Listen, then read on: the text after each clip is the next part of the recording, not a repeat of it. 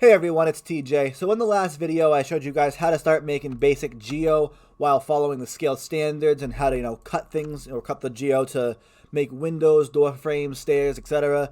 So today's video, what I'm going to be teaching you guys is how to make angled brushes like this, very simple stuff, but also how to start working with patches, which is what you're going to be using on the outside so that you can kind of modulate the terrain, as well as some of the primitives like cylinders and cones, as well as bevels, because all of that can go a long way, especially if you don't want your map looking like an HD version of Minecraft. I'm pretty sure none of you guys want that. You're probably looking to make something very beautiful. So let's start learning the basic shapes and whatnot to help, give your map a little bit of a form, if that makes sense. So the only thing I don't think I showed you guys in the last video was how to do this right here. The staircases with a slice. That way you can fit a sliced wall underneath. It's very simple. I'll just do this real quickly just so that you guys can see what I did here. I also did it for the front steps. But you literally just got to make a brush the size that you need it for a staircase. So 80, 12 forward, and then, yeah, definitely don't need it that tall. 8 like that, 8 high. There we go. So as you can see, we have a perfectly good staircase right there, or a stair. All you have to do is go to the side view right here, whichever one is the one that's facing like the tip of, or the either edge basically. And all you want to do, control right click at the top right there, control right click at the bottom. The reason why we're doing it like that is because you can see now we have this purple like faded line that goes around this side. That's telling us that when we hit the enter key right now, it's going to cut the rest of it, whatever wasn't highlighted in purple. Obviously, if you do a shift right click, or a shift enter, sorry, it'll split it in half and then you can choose which one you want to get rid of. But that's another trick, is to just, choose which one you want to cut. Obviously, sometimes it's going to take a while to figure out, which angle it's going to cut first. Like if I'm trying to cut out, from here to here, then I want to get rid of this half and keep this half. Right now it'll obviously delete the bottom half. So I'd want to start from here and go there. Now it'll delete the top half and keep the bottom. So it's just a matter of figuring that out. It's really simple and it shows you everything. But regardless, let's go ahead and start with showing you guys how to make a basic brush that is slightly angled like this. It is very simple. We're going to take one of the wall brushes over here, drag it up real quickly. We're going to go to the XZ front. We're just going to go ahead and line it up perfectly with over here. If I can do this, Control G to snap it to the grid. If you guys don't know about that trick, it's very useful and very simple. Just literally, like I said, Control and G. And if you do change like the grid size, for example, so if I'm like this and I have it maybe like, over there, I switch it to the 4, Control G will just shift it to the closest grid size properly, or whatever, the closest, grid line. So just a quick little tip right there. Now, with the whole moving of the brush thing, the way we're about to do this, you have to do this the right way, otherwise it will not work properly. But you want to do Control, hold the Control key, left click, and then drag like this. But if you see here, it's kind of morphing the brush in a way that we don't want. Similarly, if I were to do it from the inside, it would just kind of grab it in a weird way. If we kind of go overhead in the camera here, it's extruding out the backside, right? That's not what we want. We wanted it to kind of be slanted like that, right? So we're going to go from the top here, directly from the top. Ready? Boom. Drag it like that to that corner right there. You have a perfectly angled brush. That simple. And if you want to fix the texture, just select the brush and then middle mouse click over there with the same brush or the same texture. If I were to do that with the grass, for example, though, it'll turn it into grass. Just a little pro tip. Literally just a middle mouse click with this selected. But yeah, that's simple. We're going to move on to the patches. So, patches are really nice, especially for groundwork, because, well, you can modulate the terrain however you see fit. So we're going to make a 256 by 256 brush. And all we're going to do is, there's two ways you can do this, but I want to show you both of them. If you go up to the top here and see Patch, Terrain, Simple Terrain Patch, you can see that it also says Control-Alt-P, which is simply Control-Alt-P at the same time. And either way, you'll get this dialog box popping up, Terrain Density. Now, what this essentially means is you can choose however many verts that you want on your patch. If you don't know how many you're going to need, it's okay to just hit OK on 2 and 2. Unless you know the specific vert count that you're going to need, just do this anyways. It's just a lot easier, trust me. But yeah, this will turn into vert mode. One thing to note is that if you are in game view like this, you will not see the verts. But to bring the verts up, very simple, with the patch selected, just hit the V key. There you go. That simple. Anyways, what this allows you to do is simply left click and drag, and now you can select one of these verts, like this one for example, drag it up or down, left and right, forward, backwards, whatever, and it'll just modulate the terrain a little bit, right? If you want to do 2 at once, you can select both of them, same thing. And if you want to select this one, for example, and then this one as well, you can, but if you do it like I did where I selected that one first, and then I selected that one, obviously it's not going to work, right? It's going to select the new one. So what you can do, select the first one, and then hold the control key down and select that one. Personally, whenever I'm doing this, I just have the habit of selecting the control key anyways. It's just, that way I don't have to let go of it, and I know whatever I can grab, so I can just be like, boom. That's simple, right? But, yeah, if I were to have done that, basically, now I can just move these 2 down, and it creates this weird shape. That's simple. You can also add vertices in between each one of these. I'll show you how to do that. Just grab 2 of them like that. If you grab another one like this, it won't work. It won't do anything. So just make sure you're grabbing like 2 like this. If I can do it, there we go. And then on your keyboard, Control-Shift-A. What that'll do, like I said, is it'll add a vert right in the middle of the 2 of them. And now you can kind of play with this vert as well. Helps with the modulation. Same thing over here. Boom, boom. That's simple. And now you have a 3x3. And you can, well, move the middle one if you wanted. Move this one if you wanted. Have some fun with over here. Shift that one out. Just do whatever. That's how you do it, really.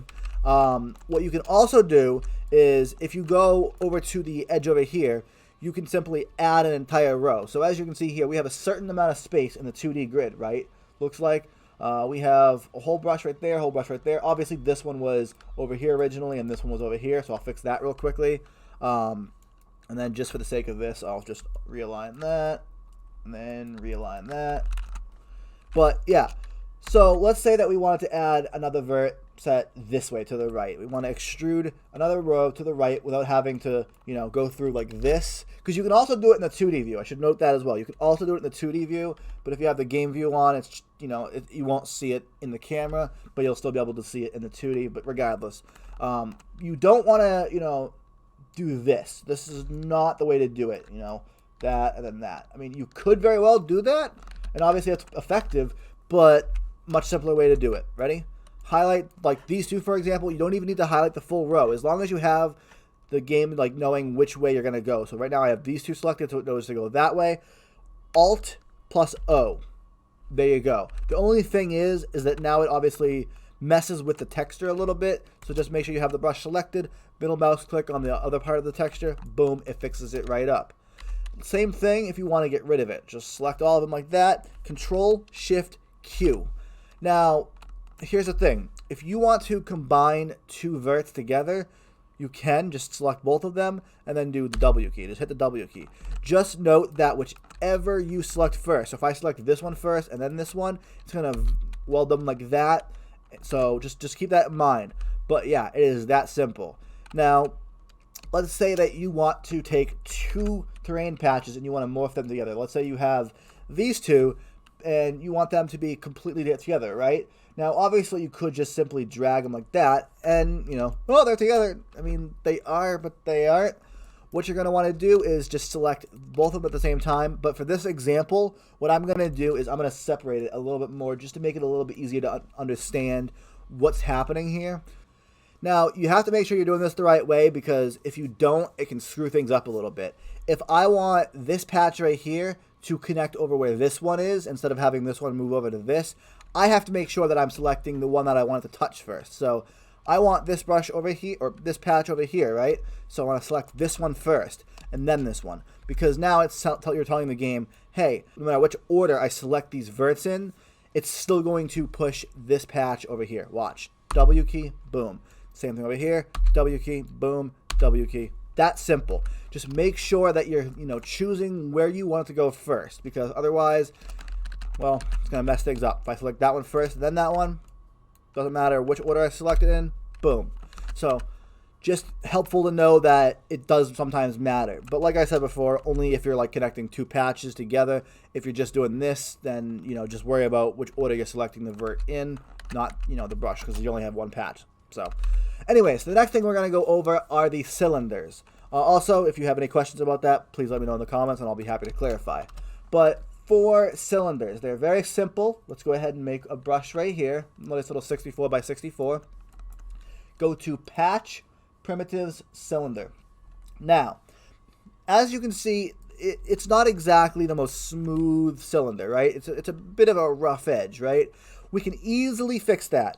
Shift, right curly bracket, whatever it's called. I'll have a picture of the keyboard on the screen so you can see which one I mean.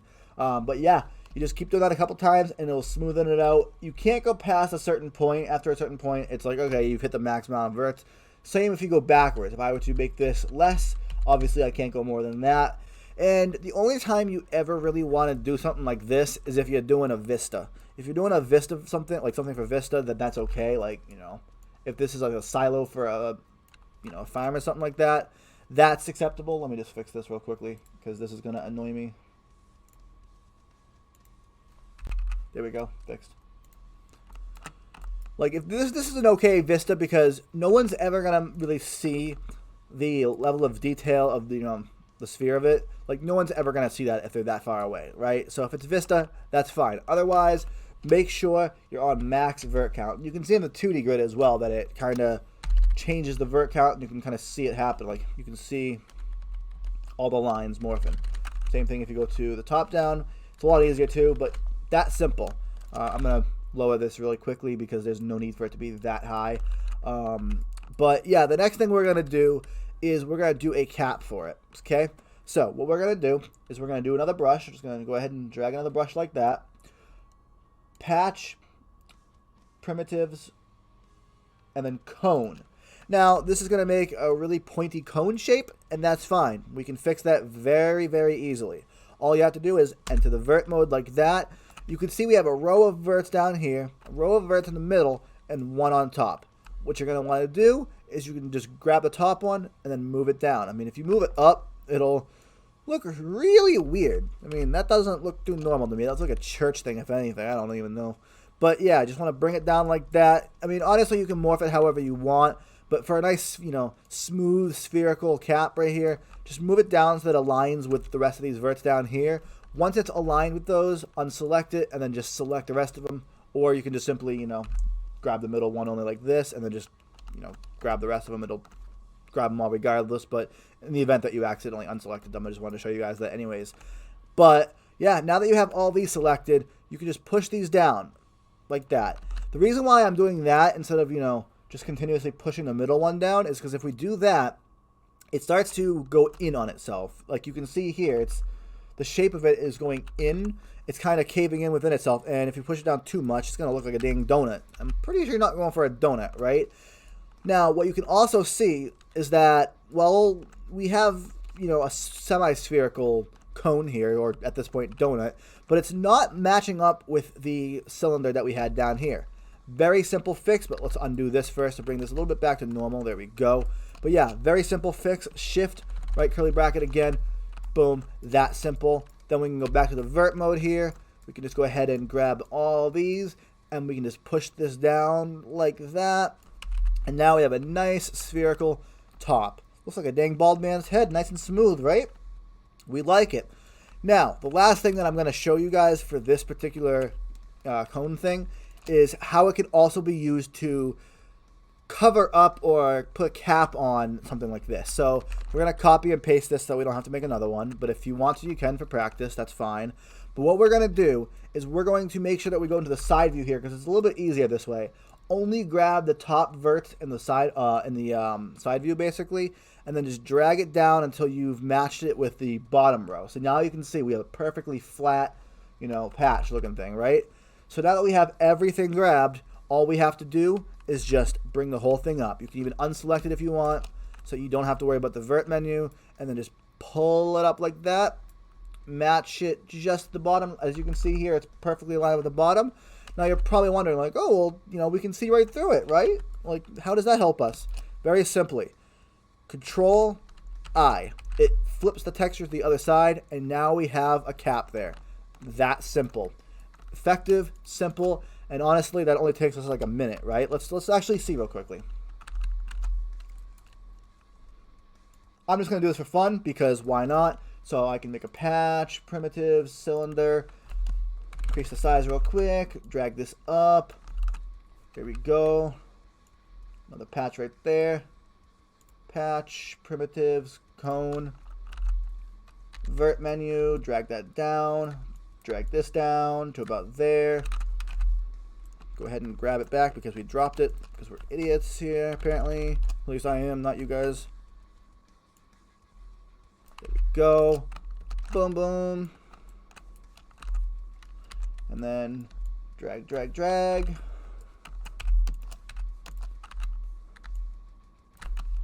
That was about 30 seconds, right? It took about 30 seconds and we now have a perfectly nice little silo looking thing.